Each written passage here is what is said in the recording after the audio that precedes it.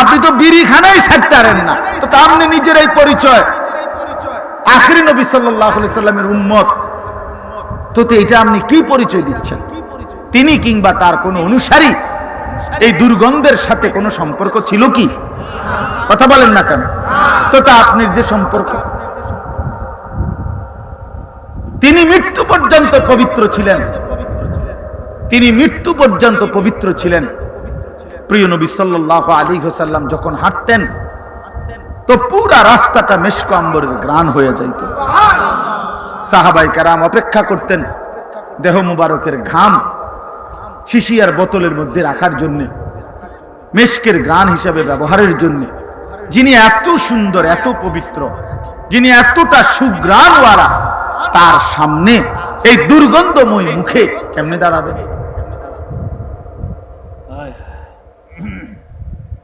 কেমনে?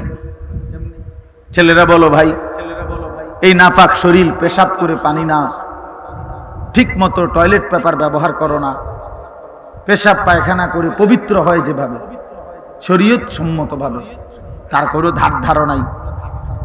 ফরজ গোসল, গোসল ফরজ হইলে, বীর্যপাত হইলে শরীয়তে যেভাবে গোসল করতে কইছে, নবী সাল্লাল্লাহু আলাইহি সাল্লাম যেভাবে গোসল করতে বলছে, ফরজ গোসল যেভাবে, সেটার কোনো পাত্তাই নাই। সাবান ডইলা লাইলা, পানি ছেড়ে দিলা, পানি ঢাইলা লাইলা, তোমার কাছে তো মনে হয়েছে শরীর পরিচ্ছন্ন তো হয়েছে, ঠিক আছে, কিন্তু পবিত্র তো হয় না।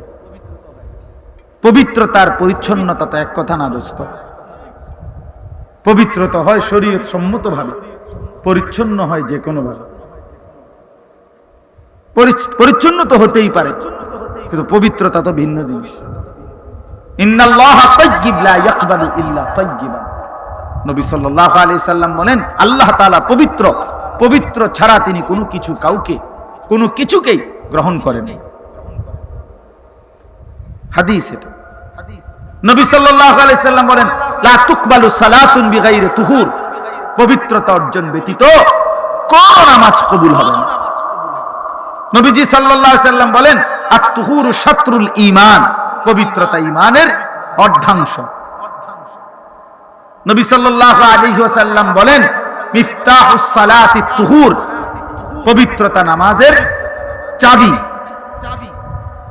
এত হাদিস শুনলেন, এত হাদিস শুনলেন।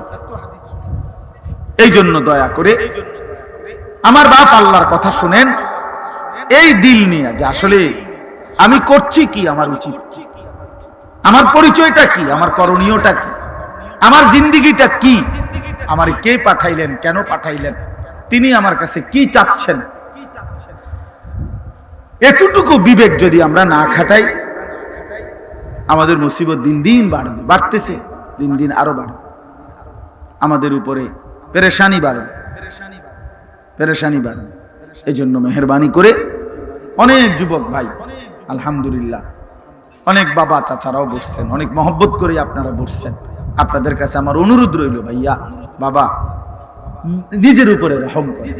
এটা আমি সব সময় বলি, নিজের উপরে দয়া করেন। আল্লাহর ওয়াস্তে এই পৃথিবীর যদি কোনো উপকার নাও করতে পারেন, কমপক্ষে নিজেরে বরবাদ করেন,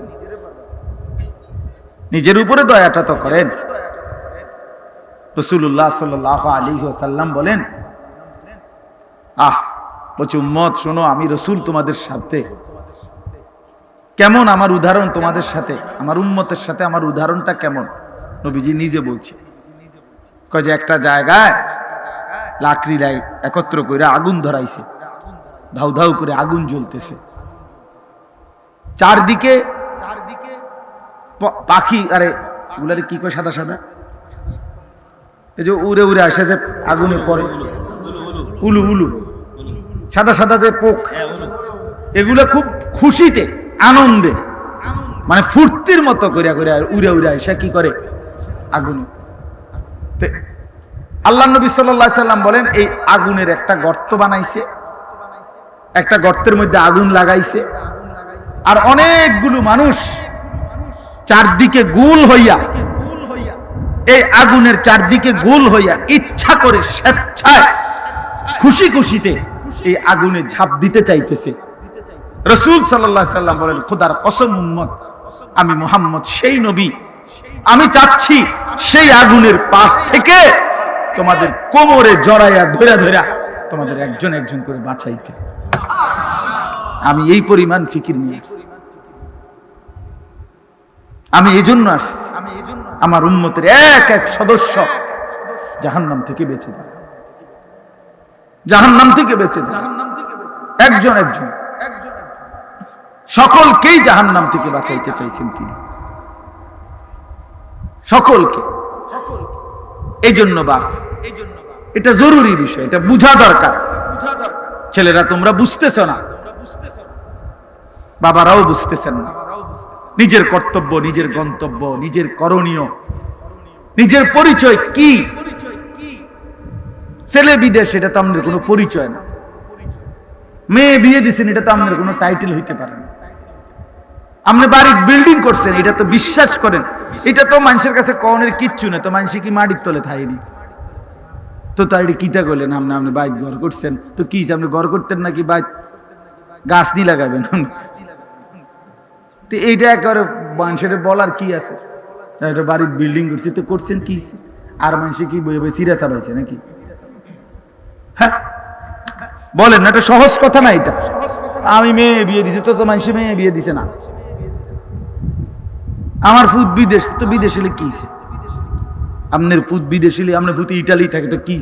ইটালিটা মনে করেন আপনার বাইক তো কি? এতে কি ইটালি? আপনাকে বাড়িটারে কয় ইটালি মনে করেন,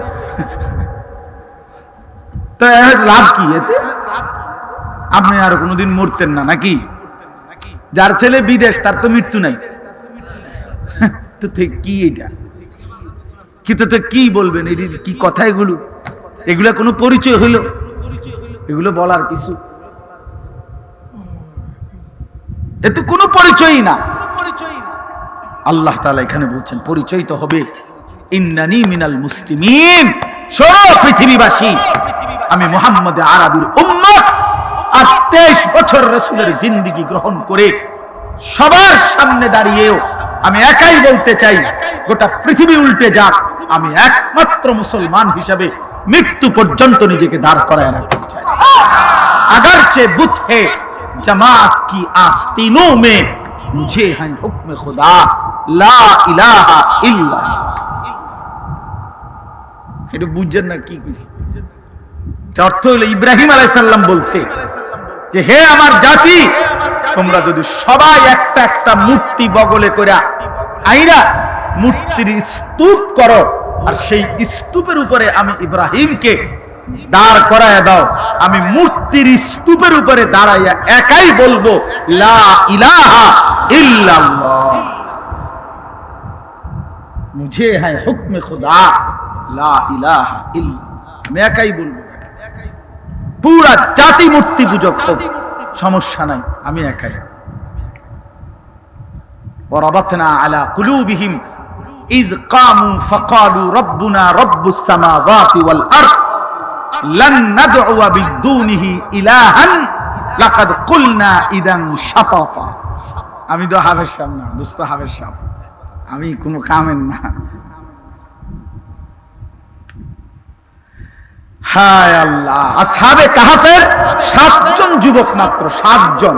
একটা দেশের বাদশা, মন্ত্রী, উজির, নাজির, জনগণ, পাবলিক, 14 গোষ্ঠী, এমনকি এই ছেলেগুলোর বাপ মা, দাদা, চাচা, নানা, জেঠা, খালু, ফুপা, মামু, সকলেই মুশরিক, সকলেই মূর্তি পূজক। এরকম মনে করেন লক্ষ লক্ষ মূর্তি পূজকের মাঝখানে দাঁড়িয়ে, বাদশার সামনে দাঁড়িয়ে এই 7 যুবক বলছে যে আমাদের রব তিনি আসমান ও জমিনের রব, যিনি লান নাদউ মিন দুনিহি ইলাহান। এই জালেম বাদশা, আরো যদি জুলুম করো শাস্তি দাও, ফাঁসি দাও, আর জমিনের রাশ ফেলে দাও, কিন্তু তারপরও শুনে নাও, আল্লাহকে ছাড়া, ওই এক মালিককে ছাড়া আর কাউকে আমরা ডাকবো না। লাকাদ কুলনা ইদান শাতাতা, যদি আল্লাহকে ভিন্ন কাউকে ডাকি তো নিঃসন্দেহে হবে এটা অপরাধ।